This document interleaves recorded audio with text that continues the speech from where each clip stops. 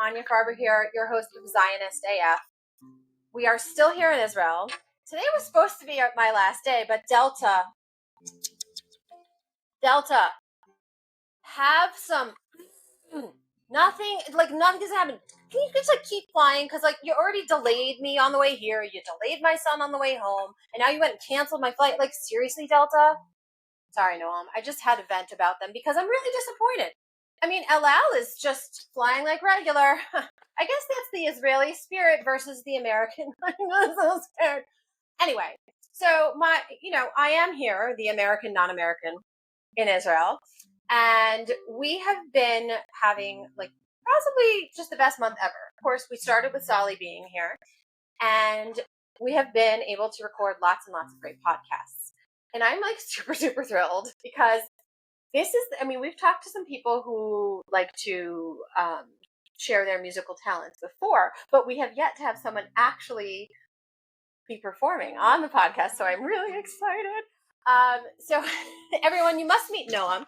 Noam, do you just want everyone to know your first name? How do you if someone's going to look you, we're going to put all your Instagram and Facebook and social media stuff up, but how do you like people to kind of refer to you or find you? I think on Instagram is the best way. Okay. That is where I found you. Noam's events, Noam Muskila. And there you can see probably my journey since the October 7 and also before, because I'm a singer for the last 17 years. Yeah, you didn't just randomly pick up the guitar one day. But there I think it's the best platform to follow and to see. Yeah. To join to my journey, I think, because I'm. Also, you've been posting, you just posted a big announcement on Instagram. You're going to be going somewhere. We're going to Brazil in the beginning of November.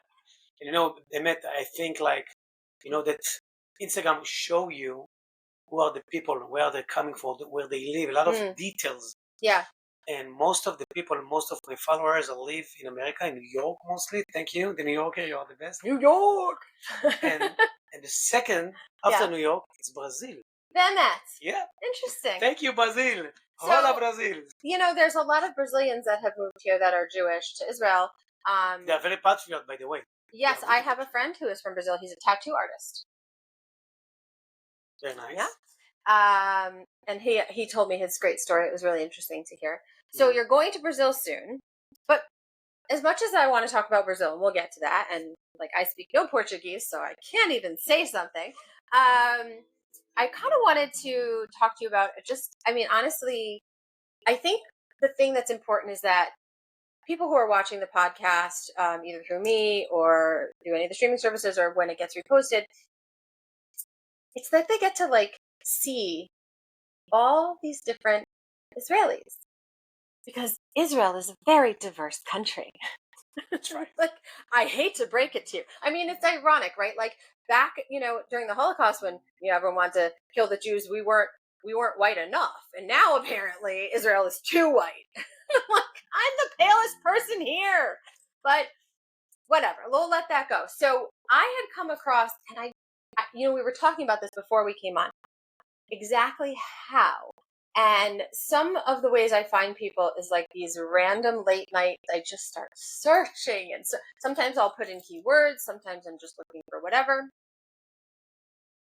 And you were playing music in uniform. But I know I was following you before October 7th, but I feel like you had a bit in uniform. Maybe I'm wrong. I wish that I'm sure the algorithms track that. So, Zuckerberg or whatever, if you want to let me know, that's fine. Because I know he's just following this podcast. For sure. Mark. Bated breath. Yeah. Thank you What's for up, Mark? following. Yeah. What's up, Mark? No, but I think that you have this your neshama, the spirit that just comes out of you. It just kind of sucks people in. And I was like, who is this dude? I need to find him. And I need to get him on this podcast. So here I am. Here we are. Okay. So tell me a little bit about when did you pick up the guitar? So it's really, that's always described when I'm guarding and watching with my friends, with my paratroopers brigade unit up north. So the guitar came with me since October 7th. Okay. The first day I knew, the second we just started to understand what a very terrible day we had on October 7th, to understand that something very bad is going on here. And my paratrooping division, it's always serving in the north, Mm-hmm. and we were sent to the north on October 7th, 2 p.m. We were there already. I met. Wow, Yeah. that was quick. Yeah, Okay. that really quick. And I knew that I must take my guitar. My guitar probably always with me, Mm-hmm. because besides the fact I'm a singer, it's really part of my soul to play. It's very apparent. And it also became part of my uniform. It's not just I have a gun on right hand and the guitar on the left hand. And by it's the like way, strapped with one strap of the I have all of my videos. It's like this. But yeah. I'm really inspired by King David. King David was also a singer, and his soul was very inspired by music. And also when he went to the wars, he went with his spirit. Yeah. It's not that we are not murderers. No, we are not Hezbollah. We are not Hamas. No, well, they're monsters that come from the depths of hell, and we are humane.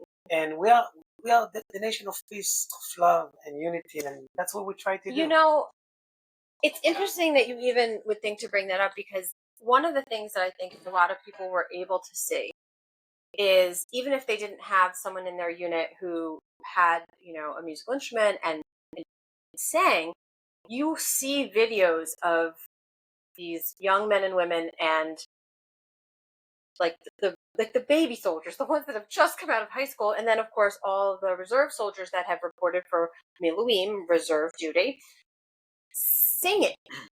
Even if it's just like on Shabbat and in a circle or whatever it is, you see that there's this energy and this need to connect and stay connected to God, and I'm not talking about people being like overly religious, not at all. It's just not about religious. To be about staying connected with the to soul, the roots, and reminding like each other of continue to uplift each other, but also like why we're doing this. Why did hundreds of thousands of people report for Miluim?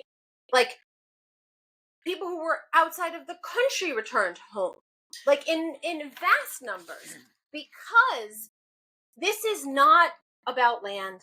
This is not about living peacefully. This is about a group of individuals who are monsters who parade around as humans, wanting the elimination of another group of people. And if Israel does not stand up, then the rest of the world falls. Israel is the gate right now, and we are holding the monsters away from the rest of the world. Still, even with no help from the rest of the world. And we must mention, Anya, that today we are counting 300 days since October 7th. Who would believe? I remember that in the beginning, the Ramatkal, the chief officer of the IDF, said, "Listen, you must be patient, because we won't finish them until the end of March and the beginning of August." Yeah. Who would believe? I was thinking, my friend Rachel Herman, she's Mage_45 on Instagram. Hey, Rach. She wears the number every day, and she had a post at 299. How important it is, because we cannot forget them. No, we cannot. While we are sitting here, our brothers and sisters and babies and God knows who, sitting in a darkness, shelters, somewhere still in Gaza. Yeah. And we cannot keep living our life like nothing happened. No. Every day. Every day. Every day. And you see pictures and posters and reminders of the hostages everywhere in Israel. Aval, but, so we can speak Hebrew freely as long as we remind everyone. But all my listeners know aval is one of my favorite words. There's now a number 2 word. We'll get to that. I'll see when I can slip that in. But we move forward. Lama, why, you ask? Because it is commanded to bring joy, to celebrate, to move forward and push forward, because we must for those who can't. And that is something very important. And I think the reason I made a point to say that is because I feel like it is very clear that you encompass all of that. You really bring that to the table, even just through this screen, right? That people are now seeing you that may not have known you before. Even through this, they're going to feel that. And I have to say, like, I'm super thrilled, because to be able to spend time with someone, to feel like face to face, to say, look, it really matters what you're doing to me. It's helped me. It's impacted me. I've shared what you're doing because of how it made me feel. And I think the only way we can help everyone understand is this: sharing what others are doing, bringing to the table those who are like this, just doing this. So I asked you to bring the guitar on, and I have to say, when did you, like, when you first picked up this guitar, were you just like a tiny little kid and you just always were musical? I was 14. Oh, so you were a little bit later to this, and then you just were like, I'm going to go ahead and guess that you just picked it up and started teaching yourself? My dad actually taught me. Ah. He was the first one to teach me A minor and E minor. So music was in your house growing up? Always, since I know myself. I sang like since I was 5 years old. Ah, okay. In so a this choir. Ah, okay. All right. So is your favorite kind of music when you're just sitting here with the guitar and just It's it just everything. comes to you? Okay. It just comes. Now you know the most famous songs of the war. It's the Yisrael Chai. Of course. Everyone knows it. Yeah. Yisrael. Yep. It's on almost all my Instagram posts. Yep. לא נשכח תמיד להיות מאוחדים. עם ישראל חי.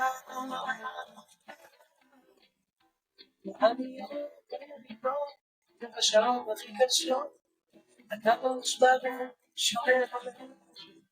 אני יכול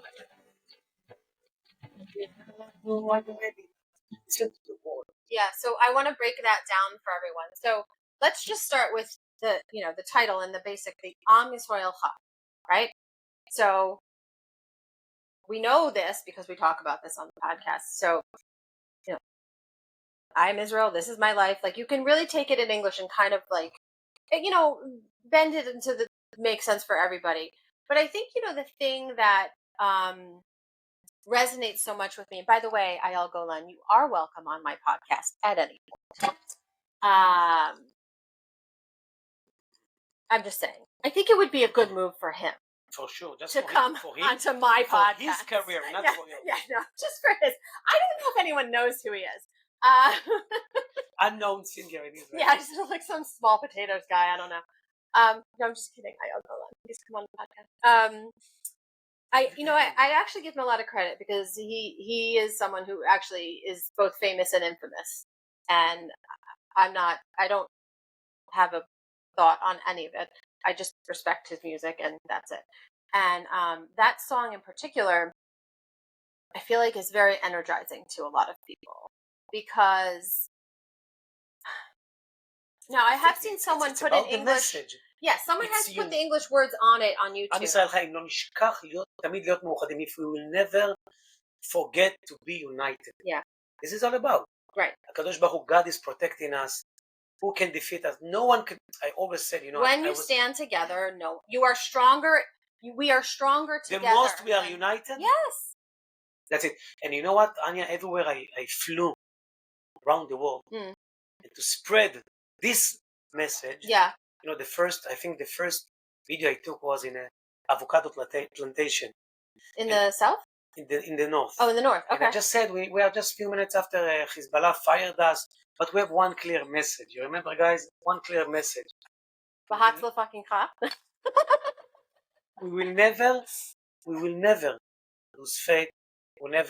You will never defeat us. We will prevail because we are.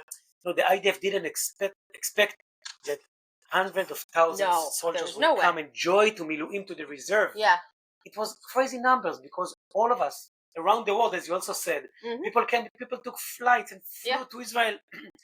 There is a hidden point in the neshama, in the soul of every Jew around the world. Doesn't matter religious, secular, all of your soul.